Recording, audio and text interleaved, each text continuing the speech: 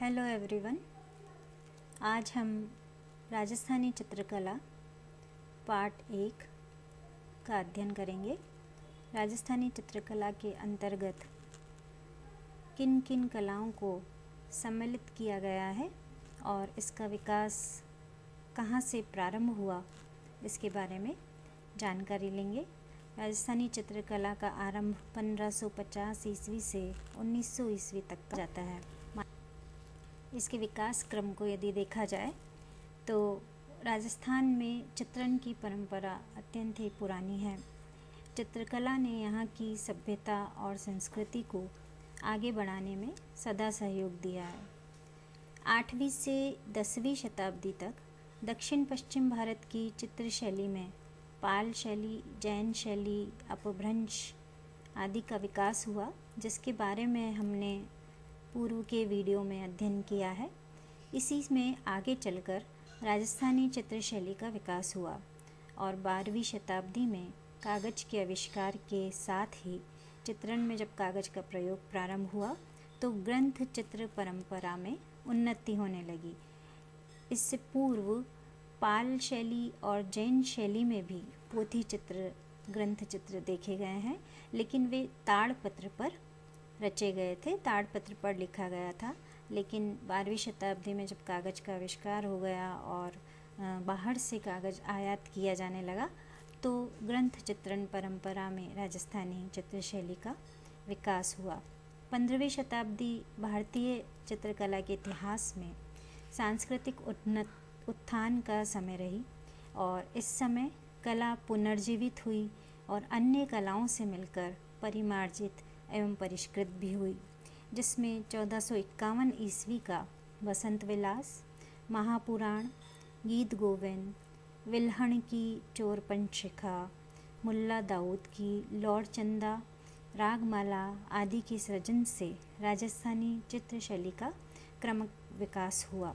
यानी 15वीं शताब्दी से राजस्थानी चित्रशैली की शुरुआत हुई और विभिन्न प्रकार की भित्ति चित्र, विभिन्न प्रकार के लघु चित्रों के द्वारा और ग्रंथ चित्रों के द्वारा इसमें परिष्कृत और परिमार्जित होते हुए यह कला क्रमिक विकास की ओर अग्रसर।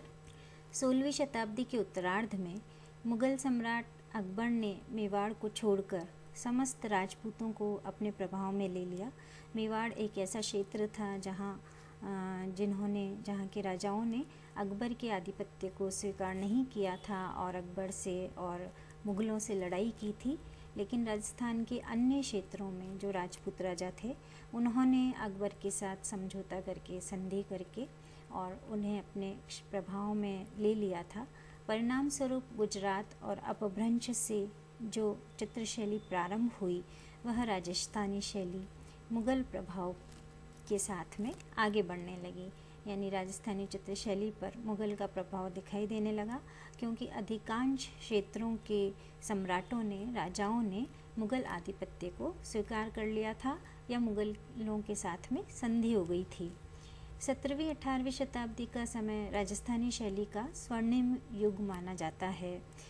जब हमने मुग़ल शैली का अध्ययन किया था तो हमने देखा था कि 14वीं 15वीं शताब्दी अकबर और जहांगीर का जो समय था वो उस काल का स्वर्णिम युग था और इसी प्रकार राजस्थानी चित्रशैली का स्वर्णिम युग भी 17वीं 18वीं शताब्दी को माना जाता है, जिस समय वैष्णव धर्म संप्रदाय, राधा कृष्ण, कृष्ण लीला, नायक नायिका, रसिक प्रिया, रागमाला, ऋतु चित्रण, शिकार और दरबारी दृश्यों के साथ साथ चित्रों में भाव, रंग, रेखा, कल्पना आदि ने भी इस शैली को उच्च स्तर पर पहुंचा दिया था।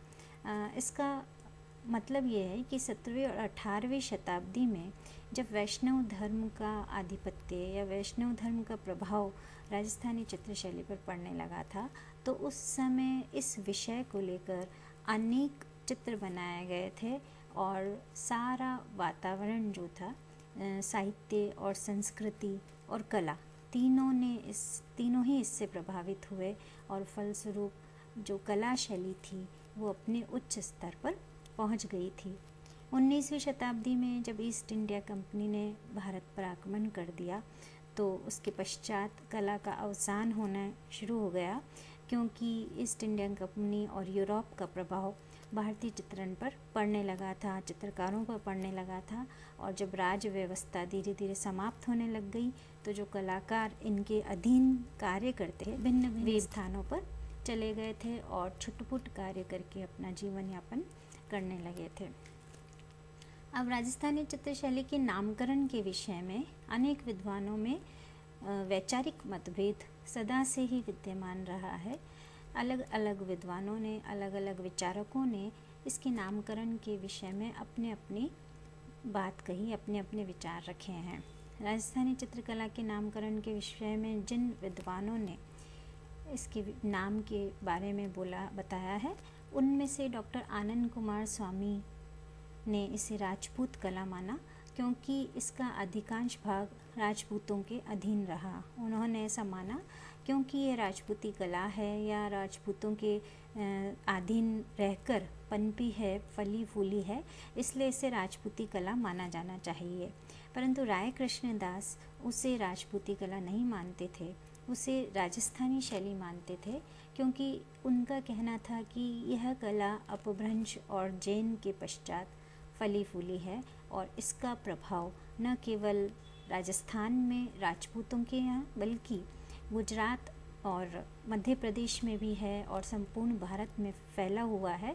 इसलिए इसे केवल राजपूती कला माना जाना उचित नहीं है, इसे राजस्थानी शैली का नाम दिया जाना चाहिए।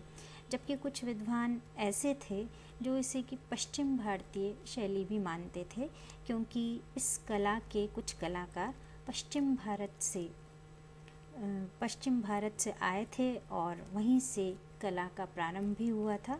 गुजरात और अपभ्रंश पर इसका प्रभाव भी था और कुछ ने इसे वैष्णव धर्म से जोड़ने का प्रयास भी किया, क्योंकि इसके जो चित्र विषय थे, अधिकांश विषय वो कृष्ण और नायक नायिका से संबंधित थे। कृष्ण जन्म और उसकी क्रीड़ाओं से संबंधित होने के कारण और उस समय भक्ति संप्रदाय की लहर भारत के इस प्रांत पर अधिक होने के कारण इसे पश्चिम भारतीय कला या वैष्णव धर्म से जुड़ा होना माना जाने लगा। इस प्रकार विभिन्न विद्वानों, विचारकों और तर्कों के आधार पर इस शैली को अंत में राजस्थानी चित्र शैली का नाम दिया गया और राजस्थानी चित्र शैली के रूप में इसका अध्ययन किया जाने लगा और अध्ययन की दृष्टि से इसे 4 संभागों में विभाजित किया गया, जिसमें मेवाड़, मारवाड़, ढूंढार और हाड़ौती ये मुख्य 4 संभाग मुख्य 4 शैलियों के रूप में विकसित हुए।